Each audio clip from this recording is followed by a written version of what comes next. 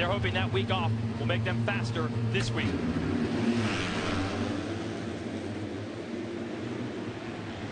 Oh!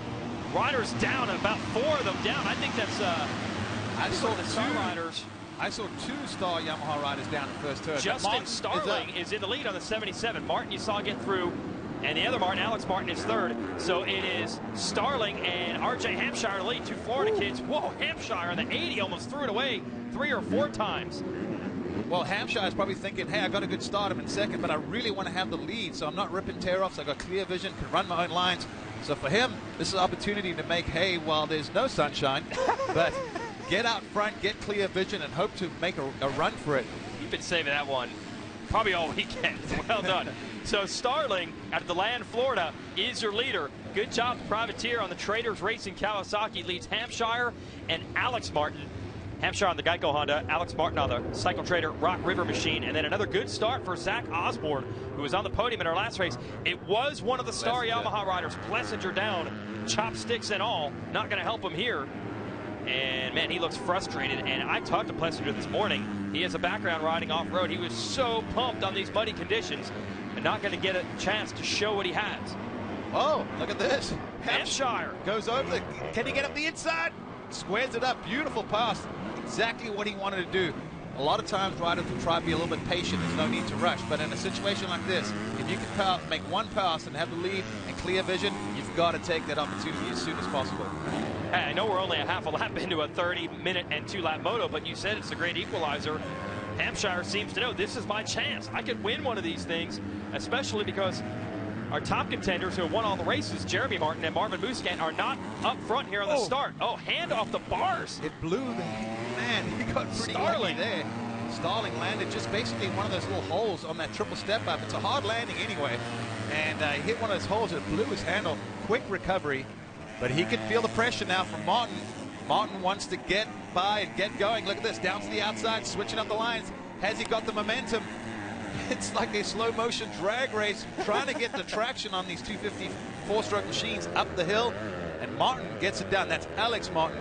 So his younger brother, Jeremy Martin, our reigning champ, he is inside the top 10, but he's got a few passes to make up. Our fastest qualifier, Cianciarulo up in there in 8th, Savachi 7th, Musquin now in the top 10 at 9th. So a lot of our heavy hitters just outside the top 5, but this is going to get interesting as the race progresses. And Hampshire has taken off 3.3 second lead now over Alex Martin. Starling, by the way, has not finished in the top 20 yet in a moto this year. Trying to score some points. Oh, Jeremy Martin on that number 1. Trying to make passes. Chris Aldridge right in front of him, and he almost went down. There's Alex Martin, there's Starling, there's Osborne, Aldridge, and Jeremy Martin. So J. Mart not in bad shape here. He can at least see the riders in front of him, unless his goggles are plugged, but he at least they're close enough to see them. Oh, another mistake. I think that we're going to say that all day. A mistake, a mistake, a mistake. In these conditions, you almost have to learn how to ride out of control. If you want to go fast in the mud, you basically, as Starling showed us earlier, you don't even need both hands. You just need the right one on the throttle to see all the tear-offs fluttering down there. These guys in midair using the opportunity to rip a tear off, get clear vision. You see, still even just battling together with some of these jumps. Some of the guys tripling up. Oh! Just made it. I knew he was going to come up short. I was surprised he even went for it. But that just shows you Martin giving it everything he's got. And like you said, Jason, he's not far off the lead right now. No need to panic. And more importantly, his main rival, Marvin Musquin, is behind him a few positions. So I think if Marvin was to come and pass Martin, that would change things very quickly. See him wick it up a little bit. Yeah, this is Martin here. Kawasaki rider behind him is Savachi, and then next in line would be Musquin, who's gotten around Cianciarulo. And there is Musquin jumping up where Savachi did not. There's Musquin in the red gear on that orange Red Bull KTM. And behind him is Cianciarulo, so that's your fast qualifier. So basically the back half of the top 10 is your fast qualifier and your 2 riders who are leading the points. So the opportunity is open. Oh, no! The Hampshire. Your leader is down. He was running a great pace. I wonder if maybe just was not pushing a little too hard. And we said in these conditions, very easy to make a mistake. And he cannot get that motorcycle started, just losing so much valuable time. You've got to get it in neutral. When these 4-strokes get hot, you've got to get it neutral. It's the quickest, easiest way to get it started. But he has lost a ton of time. real hard break for this youngster. Yeah, well, we'll never know now. You just see him. It'll look like he had a moto where he struggled to come from behind, where in actuality he was leading at one point, but you'll never know it. So look at this. Alex Martin now in the lead. He's never won one of these motos, but this year has been a solid top 3 guy. He's gotten, I think, 3 moto podiums, and he takes a look back. Yeah, he made a little mistake there. These off-camera turns, when it's slick, Jason, you come down the hills, and you get on the brakes, and sometimes when you brake too hard and the wheels lock up, you actually start sliding and gaining momentum. And but look at this. Amart, he looks very comfortable out there. Minnesota boy, his home race, obviously Millville, the family own it. But I'm sure they get quite a bit of rain and mud up there, so probably not anything new for him. Look how dirty Jeremy Martin is. You can barely even identify him.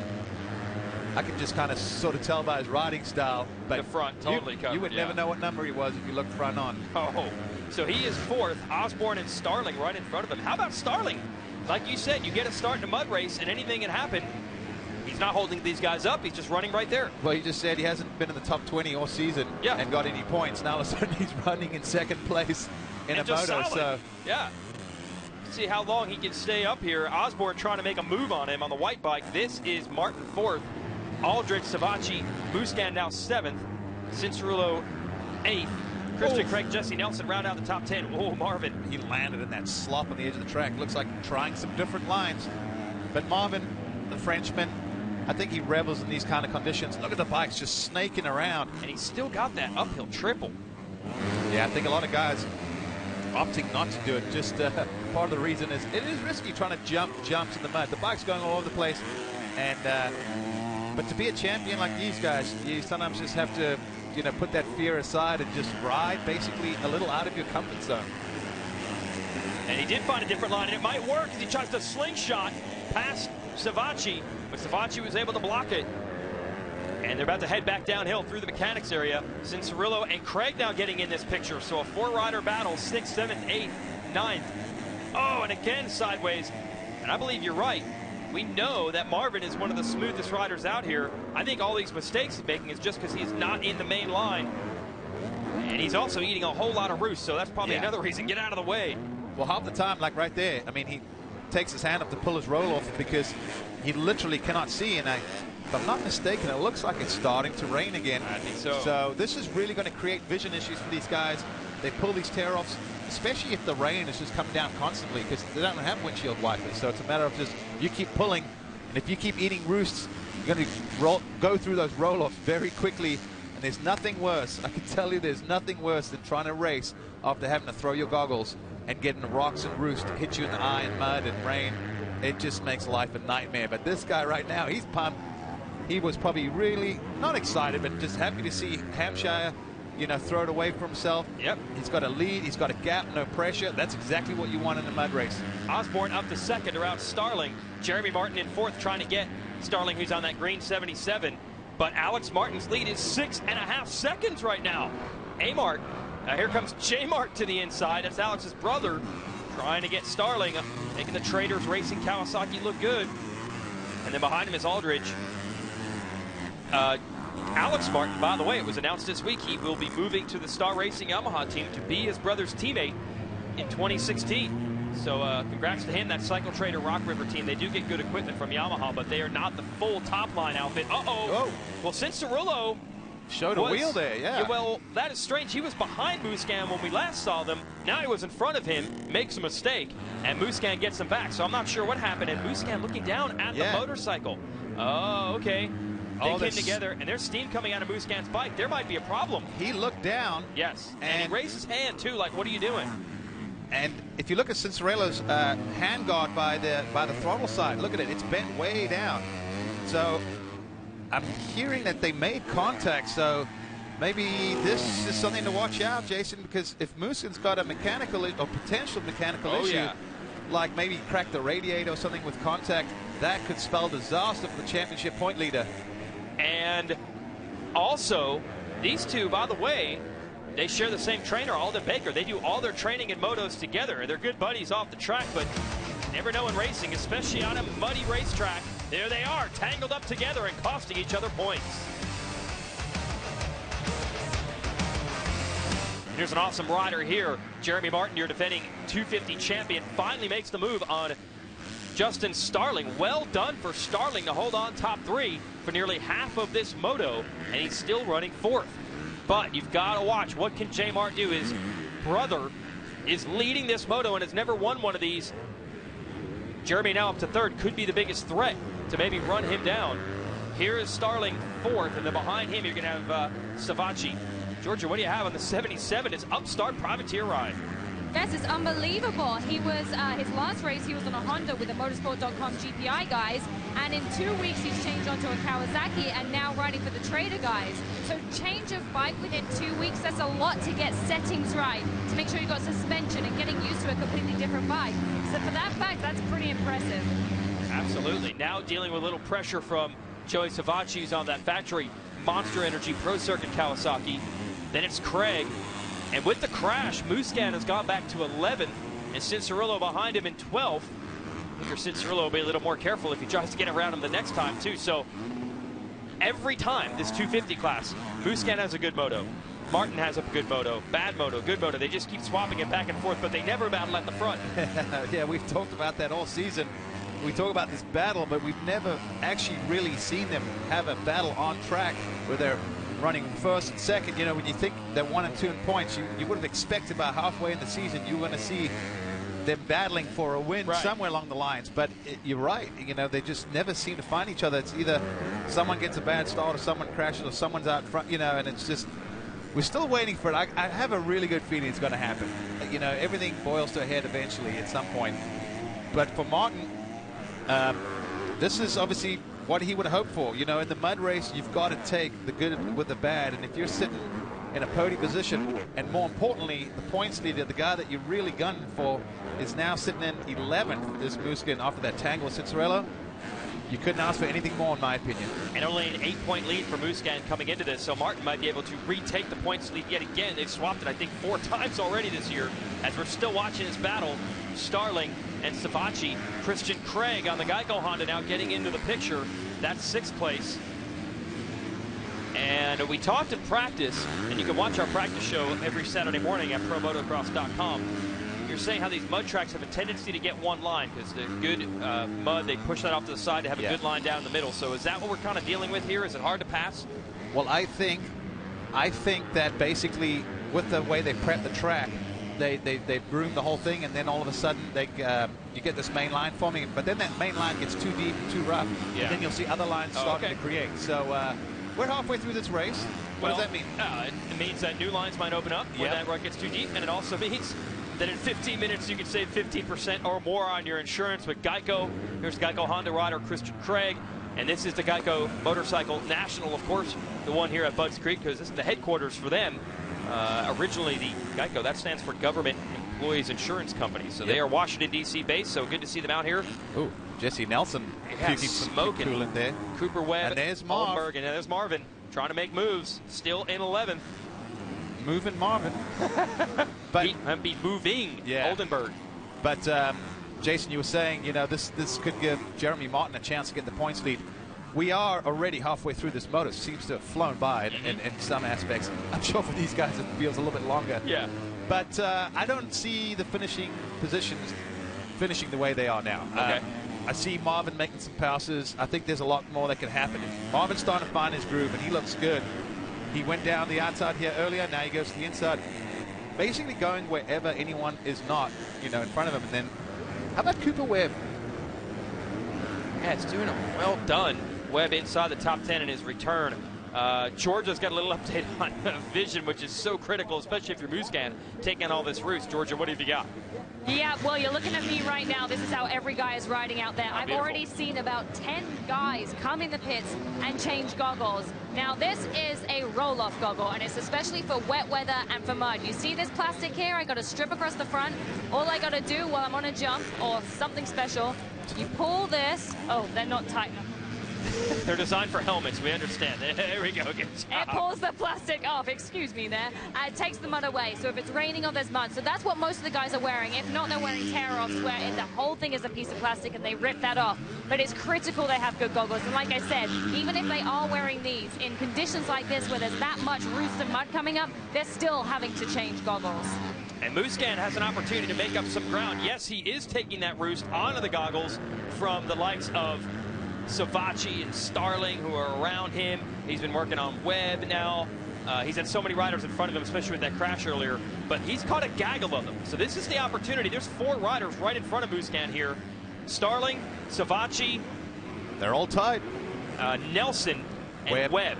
And Nelson looks to me like I'd be surprised if this motorcycle finishes the race. I don't know where it's coming from. It's not quite the radiator.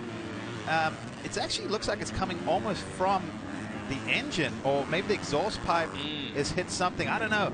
That's a little unorthodox, but you see with Georgia, with the goggles, what happened, because they weren't really tight on her head when she went to pull it, you see how it was stuck? Well, that's what happens too when you've got rain and moisture. You basically, between the lens and the clear film of the roller, you get like moisture. You know, people know, like, you know, things start sticking together, like plastic and things like that. Like all my papers in here, they get rained on. Exactly. See, they don't come apart. I know Georgia can hear us and she can't comment back, but I think Georgia, you should wear those all day. It's an improvement. Well, thank you, Grant. I really appreciate that. I didn't know if that was mud or makeup or some kind It looks good on you. Okay. Battle is still going. Nelson, steaming bike and all, wants to make a move on Aldridge, and in front of them is Starling. Behind him is Nelson, Webb, Oldenburg, and your points leader, Musquin. Looks like Nelson made the move on Aldridge, and the 17 of Webb trying to do it as well.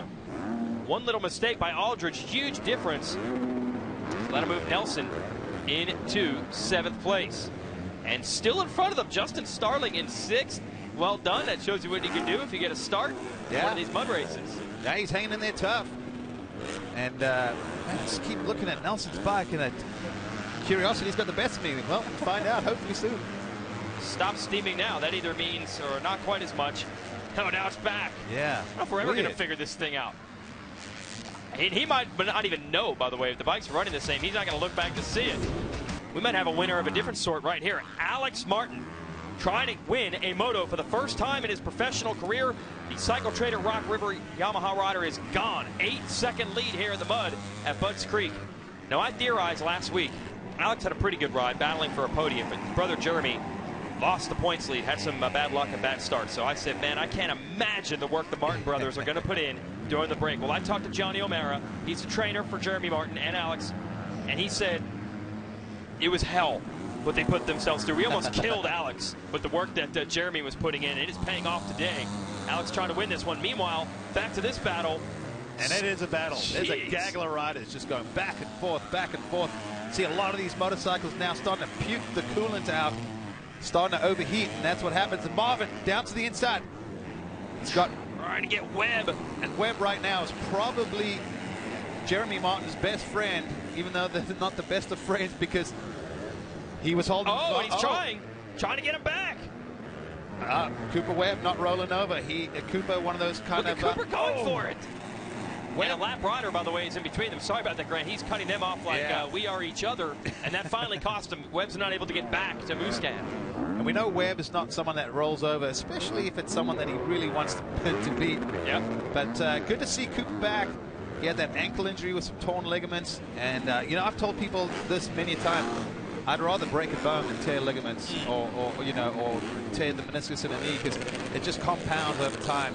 Ligaments never really seem to heal up correctly, whereas at least with bones, you need to have it plated or they heal. So hopefully, right now his ankle seems to be pretty good. And this battle still continuing. Starling is still leading it. Craig and Savatgy have snuck through. So Savatgy's 4th, Craig 5th. This is Starling in 6th. The privateer.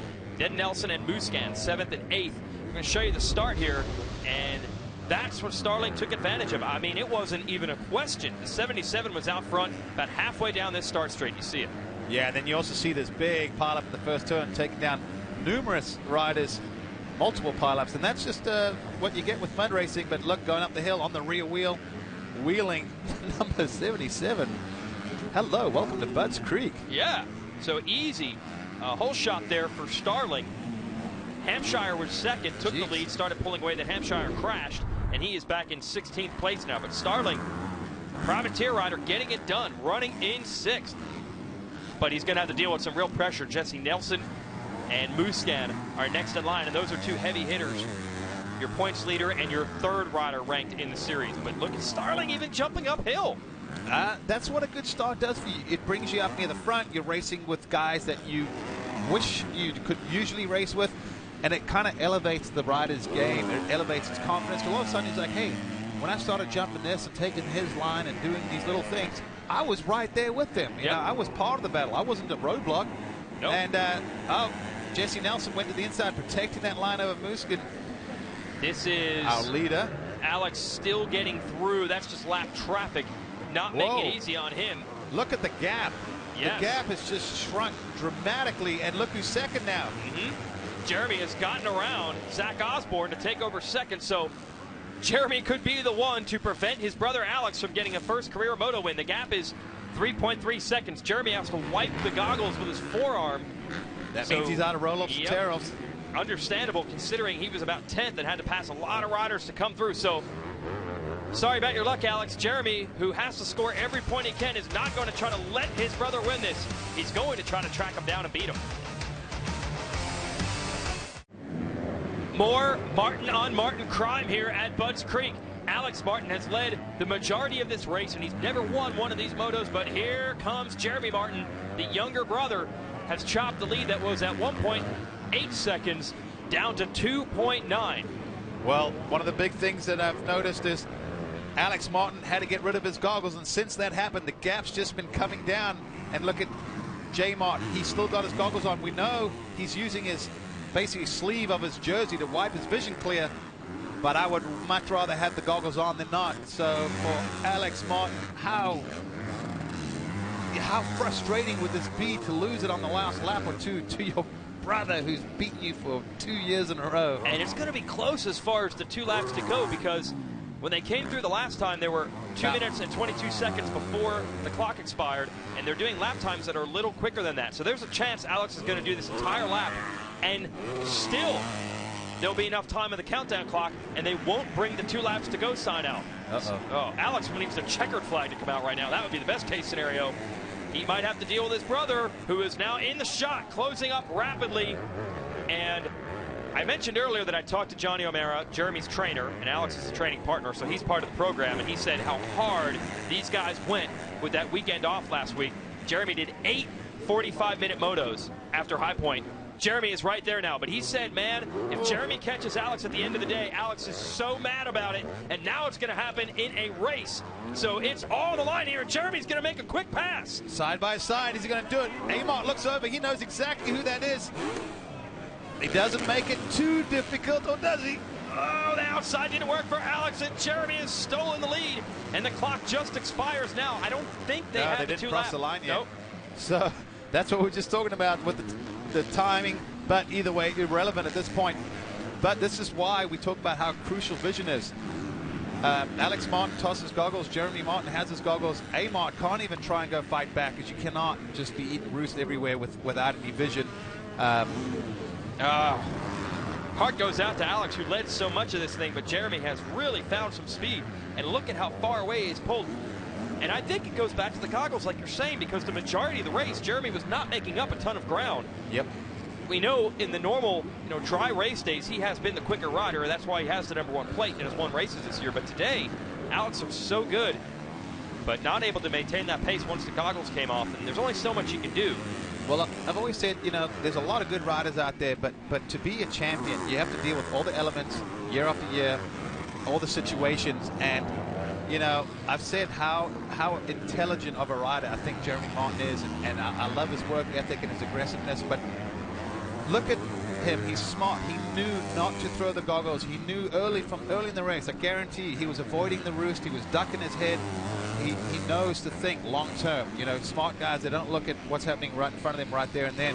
And he's got his goggles on, and now he's lapping quicker than anyone on the track and starting to stretch it out. And guess what?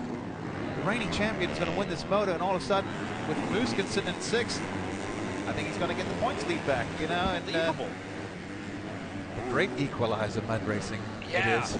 Yeah, and that just never gave up spirit because Jeremy did not have a good start. He was pretty far back, but would not take no for an answer. Alex coming through in second, and here is Osborne, who has been really consistent now, finally putting together 3 straight good motos. We've seen him have a good day, and then a bad day.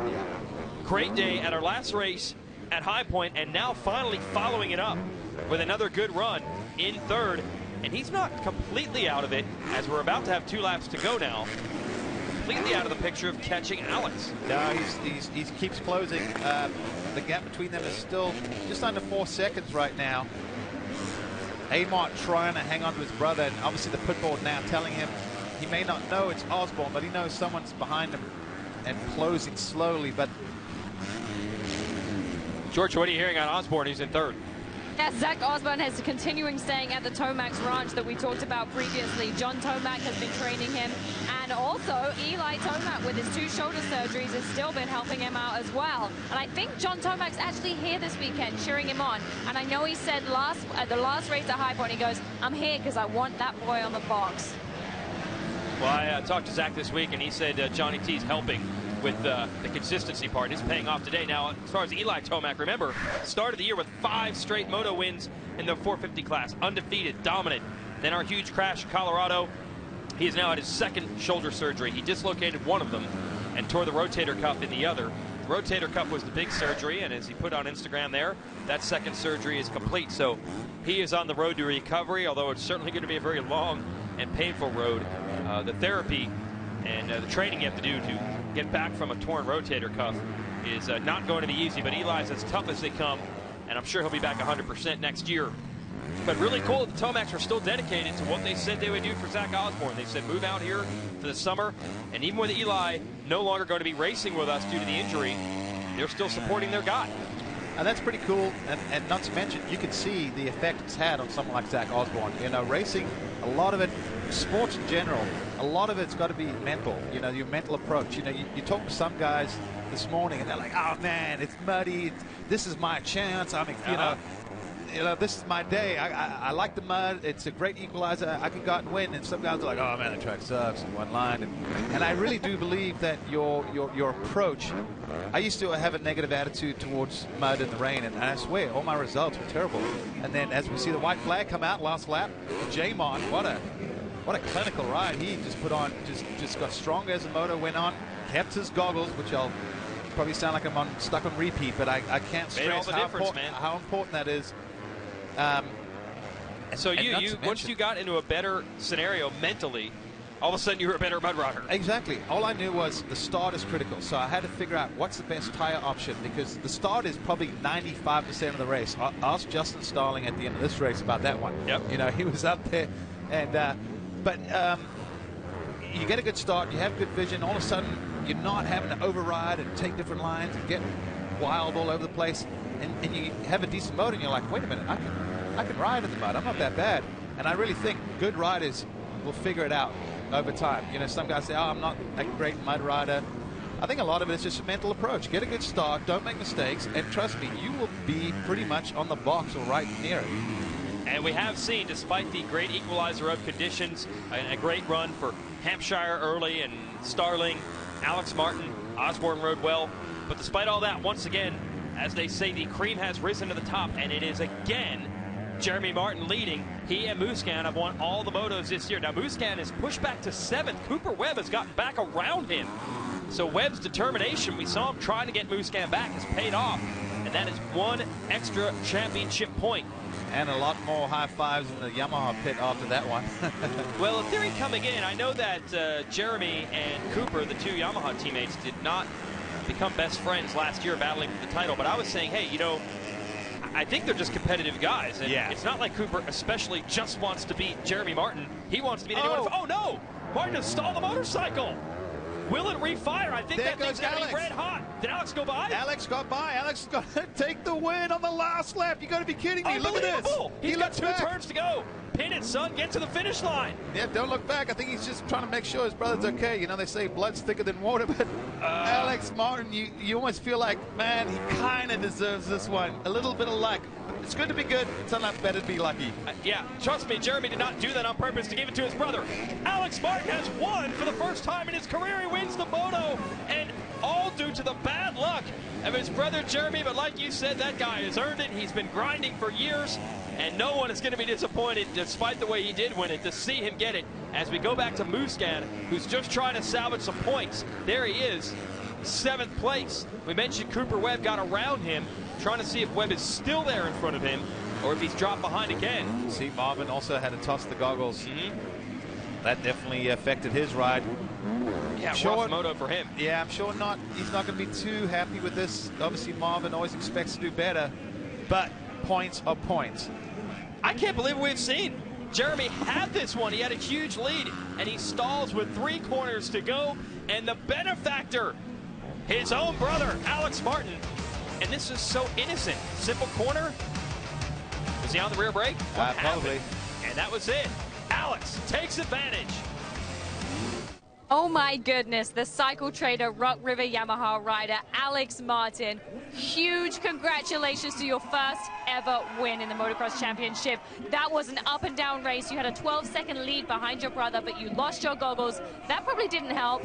And then he stalled it, you turn around, he's not there, and you win your first race. I mean, just take me through that. Oh, it's amazing. I can't even explain it right now. I've been working a long time for this, and like last week, we had a weekend off, and my brother and I, we just were at the farm in Florida, and we just went to town. We put in so many hours of training, and, you know, it benefits the both of us riding together, pushing each other every single day with everything we do. And yeah, in that moto, my rear brake actually went out with about 10-15 minutes to go, so I couldn't charge a lot of the sections, so I was just coasting, and I knew that was going to cost me, you know, because I couldn't charge, so I just tried to ride as smooth as I could out there, and luckily I got off to a great start. And, you know, I can't thank the whole Cycle Trader, Rock River Yamaha, Roost, Never Summer, Rhino Power, Enzo, Bell, Fly, X-Brand, Garnet, EVS, everyone that's supporting the team, FMF. It's been an awesome year, and you know, we're only halfway, and it's to get my first moto win.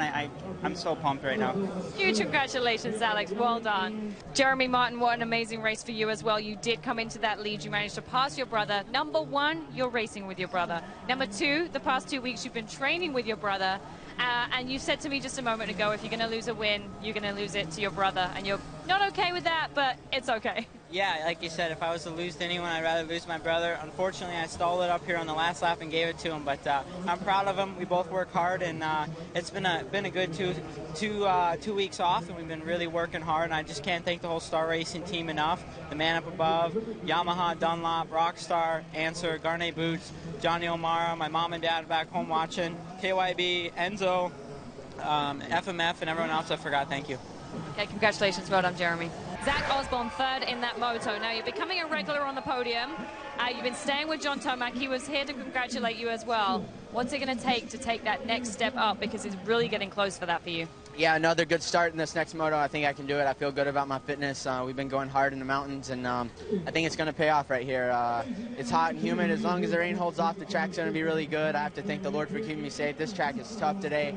And my whole family, my wife, my little girl Emery, they're at home right now, so it's kind of a bummer, but my mom and dad have always supported me, and I have to thank them. So John and Kathy have been a huge help this season. My practice mechanic Tanner, my race mechanic Dave, on my whole Rockstar Energy Husqvarna team, they're just killing it right now. So hopefully we can keep this streak going and be back up here in a little bit. The all-new Geomax MX34 is the latest result of Dunlop's ongoing development with the help of top motocross pros. The all-new Geomax MX34 is the new industry standard for soft to intermediate terrain. Experience the advantage. Ride Dunlop.